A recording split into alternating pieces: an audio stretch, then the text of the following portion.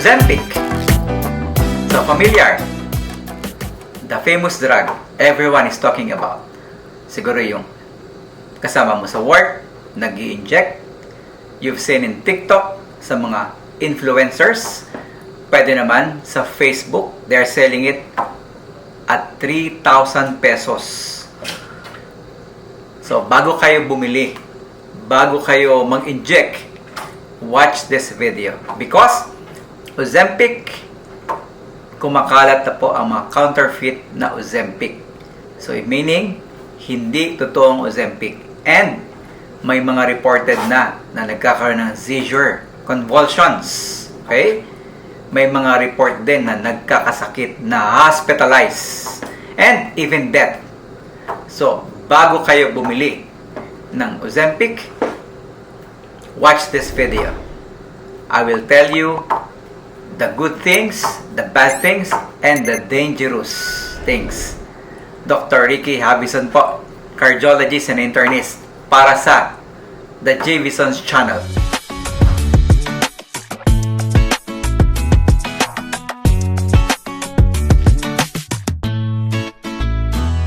First, why is everyone really want to get an Ozempic? So, naging crazy siya. Marami ang gustong bumili. In fact, nagkakaroon ng out of stock. Kahit mahal yung gamot. Kasi, marami ang obese and overweight. At hindi lang yan. Yung hindi obese at hindi overweight, gusto pang mas pumayat. Kaya naman, ayan, nauubos ang semaglutide sa mga butika. And what the data shows, kasi sa Pilipinas, 41% ay obese and overweight. Ibig sabihin, aabot yan sa ilang milyon. In fact, ang population natin sa megit 100 milyon, almost 30 million obese and overweight. So, napakadami. So, more than half are overweight and obese sa adult population. Sa adult, tanggalin na natin yung mga mas bata at mas mga senior. So, data yan base sa Philippine Association for the Study of Overweight and Obesity 2026. Kaya sabi nila, it's a health emergency. Ang pagiging mabigat ng mga Pilipino ay health emergency. Imagine, 4 out of 10 obese or overweight sa adult population. Kaya, isa siyang public health emergency. So, kaya nung lumabas ang drug na semaglutide, ay naging promising. Diba? Imagine, isang injection lang sa isang linggo. Diba? Hindi ka kailangang uminom ng gamot araw-araw. Hindi ka kailangan mag-inject tulad ng insulin gabi-gabi or 3 times a day. Just 1 injection per week, solve na ang problema mo. Sino ba naman ang hindi ma-attract sa semaglutide? Kaya, everybody bumibili. So, and honestly, the science is real. So, ipapakita ko sa inyo kung ano bang meron sa semaglutide. So, Ozempic, generic name is semaglutide. So, pen siya, injection, subcutaneous. May maliit siyang karayom, napakaliit at napaka-ikli ng karayom. Pag in-inject mo yun sa balat mo, subcutaneous, mabilis lang talaga siya. No? Segundo lang, na-inject mo na. So, hindi siya masakit kasi yung needle niya, very, very fine. So, ito ay GLP-1 agonist, receptor agonist. So, anong ginagawa ba ng semaglutide, Dr. J? So, ang ginagawa ng semaglutide is kinokopya niya yung hormone na nandun sa bituka mo. Ano ba yung ginagawa ng hormone na to? Ang ginagawa ng hormone na to ay number 1, sinasabi niya sa brain mo na busog ka. So, hindi ka magugutom. Sasabihin niya sa brain mo, kumain ka na eh. So, hindi ka na pwedeng kumain pa. Busog ka. Puno ang tiyan mo. So, ang brain mo naman, hindi mawawalan ka ng ganang kumain. Kahit may makita kang pagkain sa mesa, kahit gaano kasarap yung paborito mong fried chicken, hindi mo yan papansinin kasi wala kang pakiramdam na gutom. Second, ang ginagawa niya, pinapabagal niya yung digestion, pinapabagal niya yung galaw ng pagkain mo sa sikmura pababa. So, nag-i-stay siya sa sikmura mo ng mas matagal na oras. Usually, dapat bababa na yan. In 1 hour, in 2 hours, cleared na. Eto, nandyan pa. Kaya pakiramdam mo, busog ka. Diba? And, nakakapagbaba ng blood sugar. Bababa ang blood sugar, bababa ang timbang, mawawala rin yung cravings. Diba? Uso sa atin yan yung maamoy mo lang, uy, amoy barbecue. Bibili ka ng barbecue. Kapag dating sa gabi, alas 11 na ng gabi, parang masarap magpansit canton. So, magluluto ka. So, pag ikaw ay nakasemaglutide, mawawala lahat yan. Mawawala yung nasa isip mo na uminom ng soft drinks, bumili ng mga snack o pang merienda. So, lahat yan mawawala. Mawawala ang gutom mo. Hindi ka na kumain, pero busog pa yung pakiramdam mo. So, in short, lahat yan, epekto ng semaglutide. So, di ba? Parang napaka-ideal naman ng gamot. And, the clinical trial show na hindi lang siya nakakababa ng timbang, hindi rin siya nakapagpababa, hindi lang siya nakapagpababa ng blood sugar, kundi maganda rin yung cardiovascular benefit. Sa isang study po na tinatawag natin, sa isang trial, kung kailan meron 17,000 patients sa select trial, nag-drop ng 20% ang heart attack and stroke, those people na nag-take ng semaglutide injections. O, di ba? Saan ka pa niyan? Bilang cardiologist, napakalaking numbers nyo. Napakalaking bagay. Ibaba mo ng 20%. Ano na tayo doon? Go tayo dyan, syempre, di ba? And sa Pilipinas, naka-register ang Ozempic sa FDA since 2020 pa. Diba? 2020. So, for diabetes yan. For injection sa diabetes.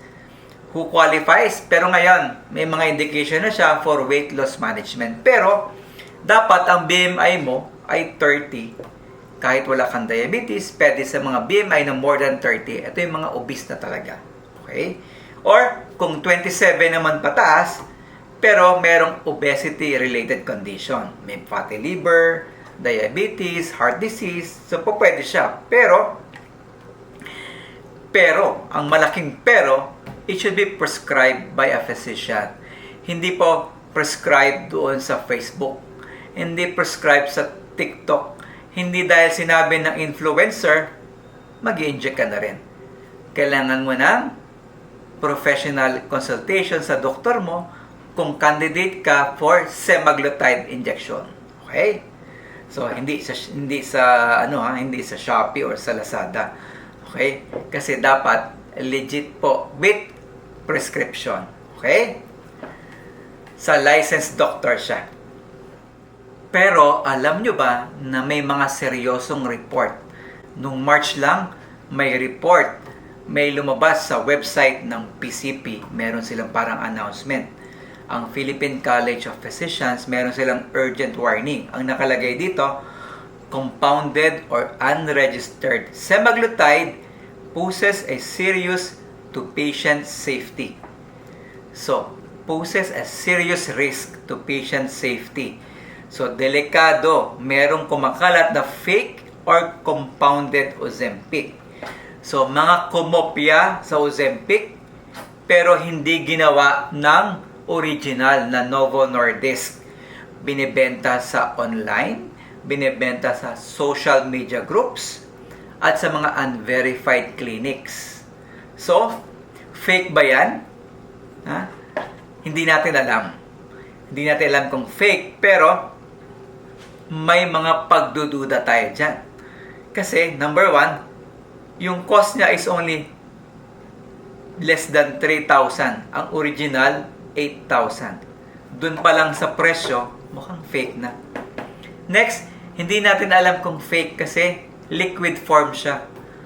Hindi natin malalaman kung yung liquid na yan ay tubig o insulin.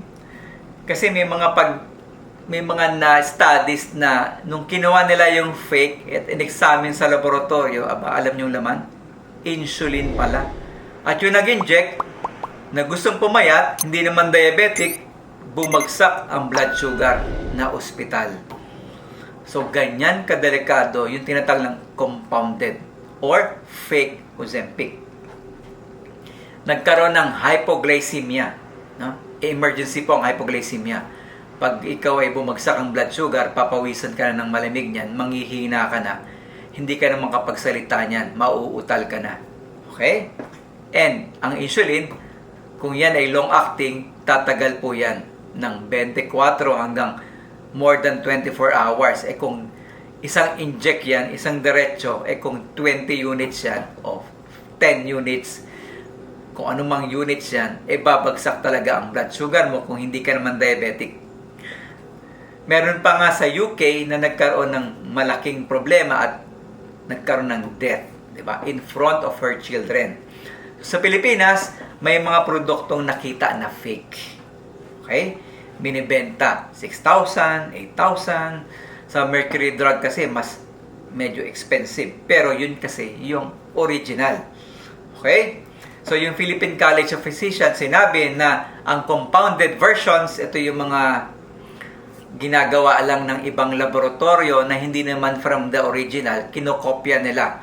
So, incorrect dosing, minsan overdose. Pwedeng semaglutide siya, pero iba yung ginamit. Okay? Incorrect dosing, inconsistent drug potency, untested chemical form, mayroong silang semaglutide acetate or semaglutide salt. So, yun po, delikado kasi pang laboratorio lang siya, hindi siya pang tao. Okay? May contamination. Nakita na may mga impurities. Minsan nga may bacteria pa. Okay? Selling without prescription is a violation po. Okay? So, everyone is selling semaglutide right now na walang prescription. Online, Facebook, at suspicious low price. So, life-threatening. So, do not inject kapag diyan nanggaling sa social media ang inyong semaglutide. So, ano ang verdict ni Dr. J? Siyempre, safe ba ang semaglutide? Yes, safe siya. Nasa market na siya ng ilang taon. Meron niyang tinatawag na surveillance and may reporting. And bago yan lumabas sa market, marami ng studies on safety and kung effective, efficacy. So generally, safe ang semaglutide. Safe siya, pero kung masusunod mo yung mga bagay na to, nireseta sa inyo ng doktor ninyo, binili ninyo sa trusted na drugstores or accredited drugstores, ginamit mo sa diabetes, di ba? O kaya sa obesity na may comorbidities. And then, combined with health, diets, and exercise, and may monitoring. Okay? So, dapat dapat legit siya. So, ang presyo niya, kung di ako nagkakamali, nagpa-price range siya sa 7,600 plus hanggang 8,700 plus. So, close to 9,000 pesos. And that is 1 month use for injections na yan, once a week. Okay? So, if someone offers you ng mas bababa, 2,000 lang, Mars, 2,000 lang, meron ka ng semaglutide Mars, magduda ka na. Diba? Mars, 4,000 lang, buy one, take one. Bili ka na sa akin. Diba? So, magduda ka na. It could be a fake drug, so do not use it. Okay? Hindi siya para sa iyo kung kung ikaw ay may family history ng thyroid cancer, lalo na yung medullary type, kaya we discourage that. We check the thyroid of the patient. May history ka ng pancreatitis, huwag yan. Okay? Pregnant o gusto mong magbuntis, huwag na huwag. Okay? Ikaw ay kay breastfeeding, siyempre, nung nagbuntis ka, nag-gain ka ng weight, gusto mong pumayat ka agad, breastfeeding ka. Huwag din po. Okay? Normal weight, normal ang timbang. Pero pag tumingin sa salamin, naku, parang tumataba yata ako. Gusto ko nang magpapayat pa. Hindi naman mataba, di ba? Tama lang naman yung timbang, pero Nako, gusto ko mas pumayat pa. Gusto ko kasing payat niya, no? Sino ba yung sikat na artista talagang skinny, di ba? So, hindi rin para sa iyo yan. Okay? And buying without prescription. Bawal na bawal yan. Okay? So, the hard truth sa aking mga kababayan, so yung mga nasa abroad, mga OFW, kung may kilala kayong kamag-anak ninyo na nag-i-inject, tanong ninyo, baka naman fake yun, di ba? Save natin sila, no? So, hindi pa rin siya covered ng PhilHealth, ha? Baka covered ng PhilHealth yan. So, ito po ang reality ng semaglutide. So, ang bottom line, it's a powerful medication. Di ba? Bababa ang timbang mo ng 20%, bababa ang blood sugar mo, papayat ka. In fact, pati puso mo, 20% less heart attack and stroke. Syempre, very powerful drug. No? May heart benefits na, may weight loss benefits pa. Pero, it's a prescription drug. Kailangan ng reseta, kailangan ng doktor nyo, tingnan muna kung pwede kayong mag-inject o pwede kayong mag-take. No? Hindi porke trending, pwede na sa lahat. Okay? Hindi siya shortcut. Kasi ang gusto ng iba, shortcut para pumayat. Diba? So, mag-i-inject sila. So, 3 rules for safety. Number 1, get the real prescription. Prescription talaga ng doktor na talagang chinek muna yung condition mo bago ka bigyan. Kung pasok ka ba, may indication ba sa'yo. Second, you have to buy it sa mga accredited pharmacies. Third, never buy online sellers, social media, influencers, or unverified clinics. Because mas mahalaga ang buhay nyo kaysa sa timbang ninyo. Okay? So, if this video serves one person, kung may na-save tayo na mag-inject, kahit isa man lang, paki-share po ang ating video. Share it, like it, and paki-subscribe naman. Parang awa na ninyo. So again, kung may tanong medikal o may nararamdaman, ang tanong ng bayan, what to do? Dr. J.